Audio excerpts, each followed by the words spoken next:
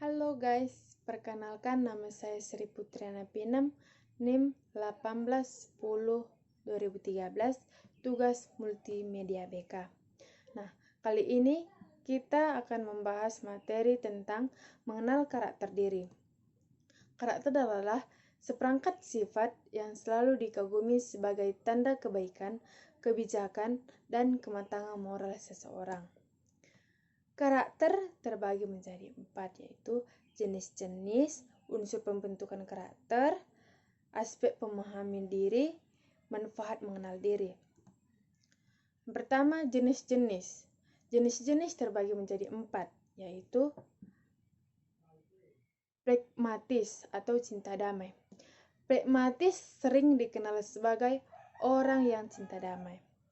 Mereka menunjukkan pribadi yang lebih tenang, cenderung diam dan kalem, mudah diatur, suka mengalah, dan tidak menyukai konflik. 2. Melankolis atau sempurna. Melankolis biasanya juga dikenal dengan perfeksionis karena kita memiliki karakter cenderung rapi, teratur, terencana, dan mampu mempertimbangkan segala sesuatu setelah melihat hal-hal kecil. Yang ketiga, sanguinis atau populer. Sanguinis atau populer adalah tipe karakter yang suka menjadi pusat perhatian, ingin selalu disenangi orang, memiliki rasa percaya diri yang tinggi. 4. Koleris atau kuat. Koleris atau kuat merupakan tipe kepribadian seorang pemimpin. Unsur terbentuknya karakter. Unsur terbentuknya karakter terbagi menjadi beberapa bagian, yaitu sikap. Sikap adalah bagian dari karakter.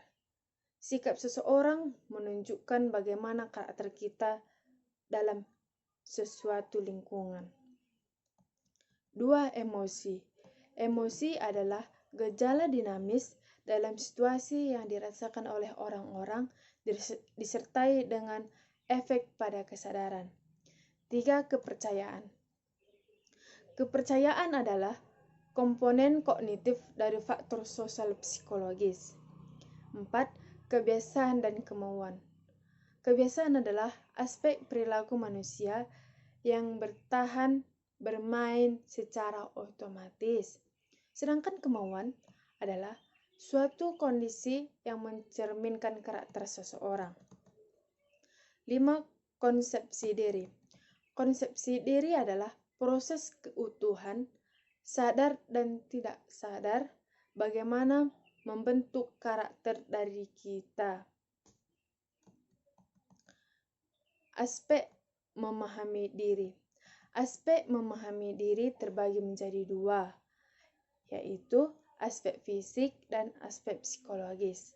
Aspek fisik terdiri dari 5, yaitu watak. Watak adalah satu dan semua, akan tetapi bisa berbeda bila dipandang dari segi yang berlainan. Kalau kita hendak menggunakan norma atau menggunakan penilaian, maka lebih tepat dipergunakan istilah watak. Dan kalau kita tidak memberikan penilaian atau hanya memberikan gambaran apa adanya, maka dipakai istilah kepribadian. 2. Bakat. Bakat yaitu kemampuan kita untuk melakukan sesuatu dengan sedikit sekali tergantung pada faktor latihan. Yang ketiga, minat atau interest. Minat adalah kecenderungan yang tetap untuk memperhatikan dan mengenang beberapa kegiatan yang biasanya diikuti dengan perasaan kita. Keempat, cita-cita. Cita-cita atau keinginan merupakan tujuan atau hal yang ingin dicapai pada kehidupan mendatang.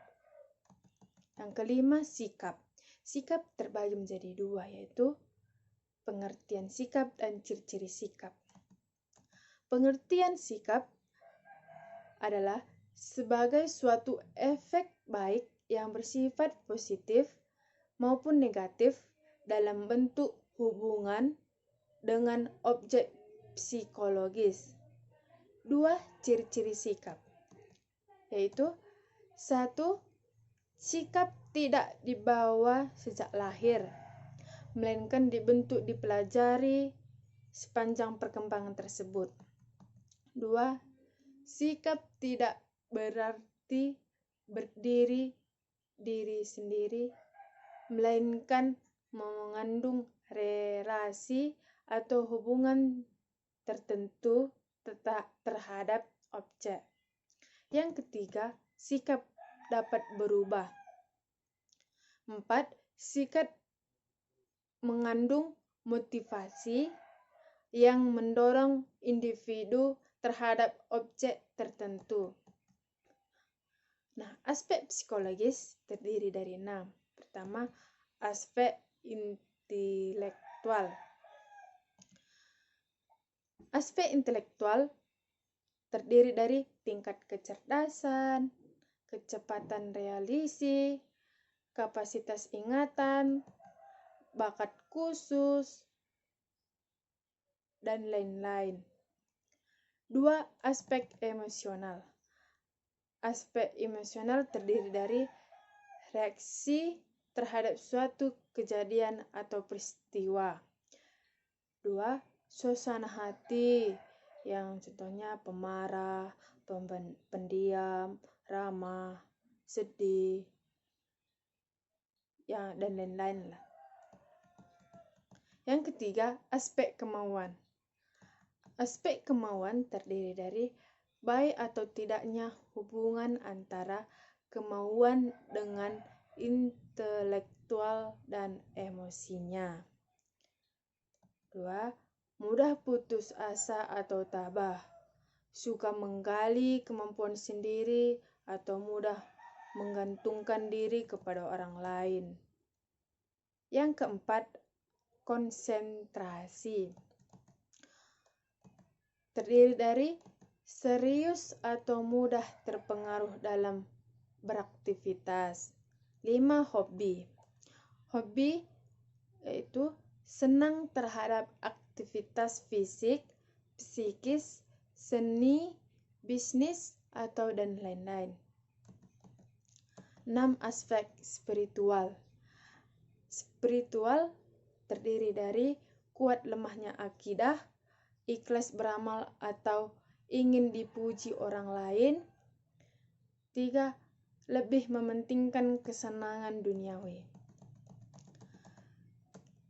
Yang terakhir, manfaat mengenal diri, yaitu mampu menentukan jalan hidup, mudah mencari solusi, membantu berkompromi dengan diri sendiri, mampu hidup bermasyarakat, mampu mengetahui kelebihan dan kekurangan, mampu menerima kondisi diri. Itulah manfaat mengenal karakter diri. Maka dari itu, kita semua pasti menginginkan diri kita bisa menjadi diri yang lebih baik daripada diri kita yang sebelumnya. Untuk itu, dalam hidup ini kita terus saja belajar, pantang menyerah demi membangun karakter diri untuk menjadi lebih baik. Sekian materi yang saya berikan. Semoga dapat bermanfaat bagi kita semua. Terima kasih. Salam konselor.